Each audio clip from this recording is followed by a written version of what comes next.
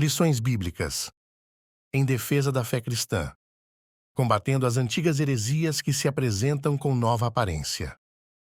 Lição 12. A Igreja tem uma natureza organizacional. Texto áureo. Por esta causa te deixei em Creta, para que pusesses em boa ordem as coisas que ainda restam e, de cidade em cidade, estabelecesses presbíteros, como já te mandei. Tito, capítulo 1, versículo 5. Verdade prática. A Igreja é um organismo vivo de natureza espiritual e, ao mesmo tempo, uma organização. Leitura bíblica em classe. Tito, capítulo 1, versículos de 1 a 9. Paulo, servo de Deus e apóstolo de Jesus Cristo, segundo a fé dos eleitos de Deus e o conhecimento da verdade, que é segundo a piedade, em esperança da vida eterna, a qual Deus, que não pode mentir, prometeu antes dos tempos dos séculos, mas, a seu tempo, manifestou a sua palavra pela pregação que me foi confiada, segundo o mandamento de Deus, nosso Salvador. A Tito, meu verdadeiro filho, segundo a fé comum, graça, misericórdia e paz, da parte de Deus Pai e da do Senhor Jesus Cristo, nosso Salvador. Por esta causa te deixei em Creta, para que pusesses em boa ordem as coisas que ainda restam, e, de cidade em cidade, estabelecesses presbíteros, como já te mandei, aquele que for irrepreensível, marido de uma mulher, que tenha filhos fiéis, que não possam ser acusados de dissolução nem são desobedientes. Porque convém que o bispo seja irrepreensível como despenseiro da casa de Deus, não soberbo, nem iracundo, nem dado ao vinho, nem espancador, nem cobiçoso de torpe ganância, mas dado à hospitalidade, amigo do bem, moderado, justo, santo, temperante, retendo firme a fiel palavra, que é conforme a doutrina, para que seja poderoso, tanto para admoestar com a sã doutrina, como para convencer os contradizentes. Introdução. A Bíblia apresenta a Igreja como o corpo espiritual de Cristo, um organismo vivo com suas reuniões em torno do Senhor Jesus e suas ordenanças. Por outro lado, é também uma organização, congregação ou assembleia, com sua forma de governo. A presente lição pretende mostrar a natureza organizacional da Igreja. Tópico 1. Tito e as igrejas na ilha de Creta. 1. Tito. O apóstolo escreveu a Tito, estando ele em Nicópolis, na costa oeste da Grécia, ou mais provavelmente, a caminho dessa região, pois ele afirma: deliberei invernar ali, e não aqui. Como as epístolas a Timóteo, a de Tito traz importantes diretrizes para os pastores em todos os lugares e épocas. Tito é chamado de verdadeiro filho do apóstolo Paulo, expressão que o apóstolo também usa para Timóteo. Tito era grego, convertido provavelmente em Antioquia. Seu nome não é mencionado em Atos dos Apóstolos, mas aparece 9 vezes em 2 Coríntios, 2 em Gálatas, 1 em 2 Timóteo e na epístola que lhe fora destinada, que traz o seu nome. Foi companheiro do apóstolo Paulo em suas viagens missionárias e ajudou o apóstolo em Roma e em Nicópolis. 2. O pastor de Creta. Foi constituído pastor da ilha Creta pelo apóstolo Paulo para colocar em boa ordem as coisas que restam e, também, para estabelecer presbíteros de cidade em cidade. Os relatos de Atos omitem esse trecho do itinerário de Paulo. Ele passou por Creta durante a sua 4ª viagem, da condição de prisioneiro com destino a Roma, num local chamado Bons Portos. Pelo que parece, não foi nessa ocasião que ele deixou Tito em Creta. 3. Creta. Em 67 a.C., Roma anexou a ilha de Creta ao seu império, unindo-a a Cirene, no norte da África, nos termos da Líbia, como uma só província. A situação espiritual de Creta era desanimadora porque a igreja estava desorganizada, e o grande descuido no comportamento daqueles crentes é denunciado no capítulo 2. Parece que o relaxamento espiritual era consequência de um desleixo natural, que era característica dos cretenses.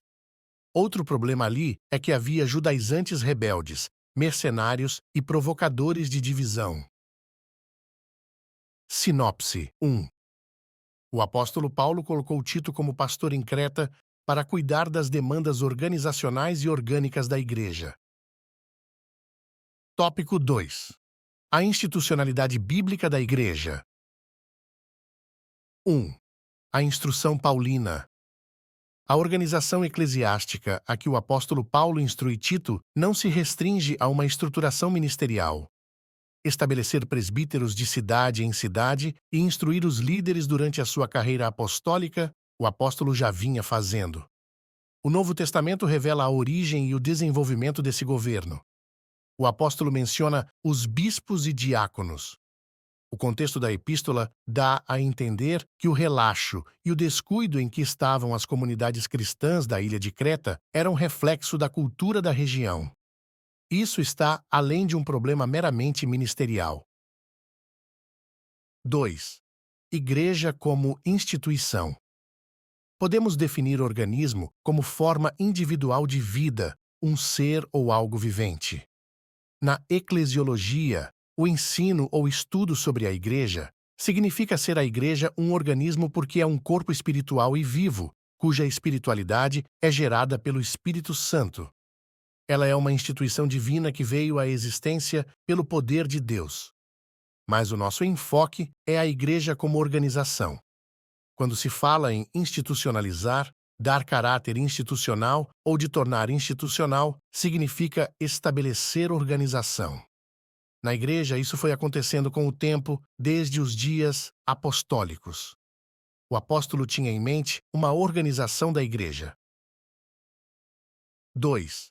Organização. Temos no Novo Testamento alguns lampejos que nos mostram que aqueles irmãos se organizavam. Seguem alguns exemplos a favor da organização eclesiástica. Havia local e horário e ordem no culto, reunião de ministério para consagração de presbíteros, segundo o contexto da época de uma igreja emergente. Foi realizado um concílio, que nós diríamos uma convenção, para tratar de assuntos doutrinários. As igrejas dispunham de serviços sociais para atender as famílias economicamente fragilizadas. Os capítulos 8 e 9 de 2 Coríntios tratam do assunto. Havia na igreja de Corinto o que hoje chamaríamos de comissão de ética e também tesouraria. A carta de recomendação era mais como um documento, um recurso para garantir a origem e identidade das pessoas. Sinopse 2. A igreja é uma instituição divina que demanda uma organização institucional. Tópico 3. A questão atual. 1. Organismo e organização. A ideia é de que a igreja deve se restringir a um local onde as pessoas se reúnem para adorar a Deus, estudar a palavra, pregar o evangelho, orar e celebrar as ordenanças eclesiásticas. O que alguns ainda não entenderam é que essas atividades espirituais exigem uma organização. A nossa atitude é mostrar que a Bíblia nos apresenta a igreja como um organismo e, ao mesmo tempo, uma organização. Mas nunca devemos nos esquecer de que somos cidadãos de duas pátrias, a terrestre e a celestial, e isso significa responsabilidade com as autoridades civis constituídas, como também com as autoridades eclesiásticas. O ensino de Jesus é: dai, pois, a César o que é de César e a Deus o que é de Deus. A organização da igreja, além de ser uma necessidade natural, é também uma exigência do Estado. 2. A experiência pentecostal. O movimento pentecostal moderno surgiu num contexto antidenominacionista e ainda hoje há os que acreditam que tal organização representa um problema à vida espiritual.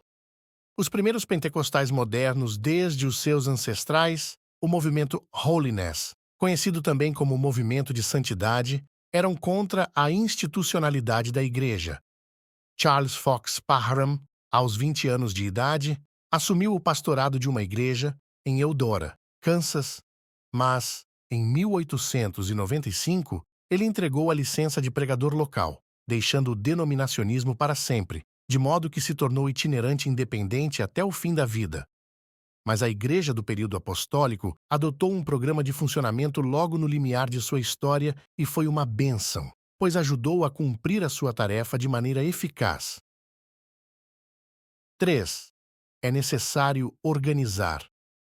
Em 1914, alguns dos pioneiros entenderam que havia chegado a hora de rever o sentimento antidenominacionista de Parham e de outros líderes que havia entre os pentecostais da santidade. Isso para evitar um crescimento desordenado.